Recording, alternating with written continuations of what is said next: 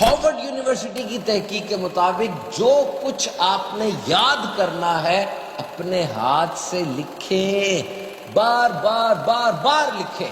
اب جو چیز آپ کو یاد ہوگی نا انشاءاللہ جلدی بھولے گی۔ اور اس میں ایک سبق بھی ہے کہ اگر تم بچے ہو غلطی کر دو گے، ربڑ سے غلطی مٹ سکتی ہے، لیکن بڑے ہو گئے اب احتیاط سے غلطی کرنا، اب تمہاری ہر غلطی وہ مٹائی نہیں جائے گی۔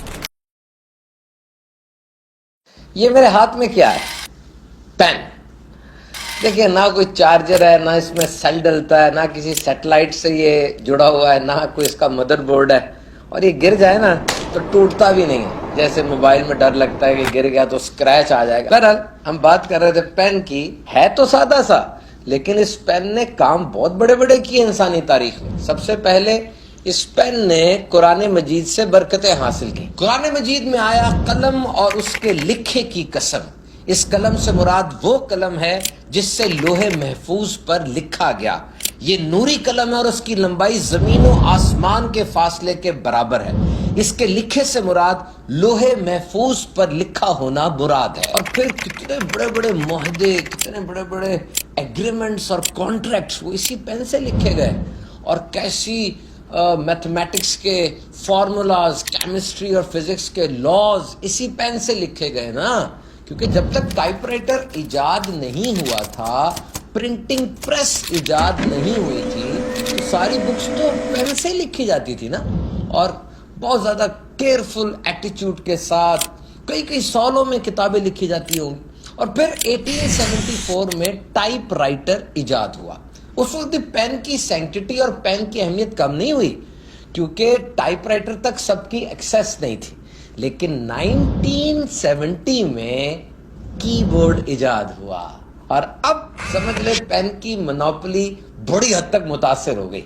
اب چیزیں لکھی بھی جا رہی تھیں اور کمپوز بھی ہو رہی تھی، اور ایک پین سے آپ اوسطاً 45,000 ورڈز لکھ سکتے ہیں۔ اور بہت عرصے تک تو پرندوں کے پر کو بطور قلم استعمال کیا جاتا رہا ہے، اور اب تو اسپیس پین آ گئے ہیں۔ اسپیس پین سے مراد ایک ایسا پین ہے جس سے آپ پانی کے نیچے جا کے بھی لکھ سکتے ہیں اور اسپیس میں بھی لکھ سکتے ہیں۔ ہاں ایک اور بات بتاؤں، ہوائی جہاز میں اگر آپ انک پین لے کر جائیں گے نا تو ایک خاص اونچائی پر جا کے اس کی انک خود ہی لیک ہو جائے گی، اور جو لیفٹ ہوتے ہیں نا، جو لیفٹ ہاتھ سے لکھتے ہیں، ان کے لیے بال پین سے لکھنا تھوڑا مشکل ہوتا ہے۔ اور ایک پینسل بھی ہوتی ہے، لیڈ پینسل سے عام طور پہ بچے لکھتے ہیں، اور اس سے لکھے ہوئے کو پھر مٹایا بھی جا سکتا ہے ربڑ کے ساتھ۔ اور جب آپ بڑے ہوتے ہیں آپ کو بال پین پکڑا دیا جاتا ہے کہ یہ جو لکھیں گے یہ مٹ نہیں سکتا۔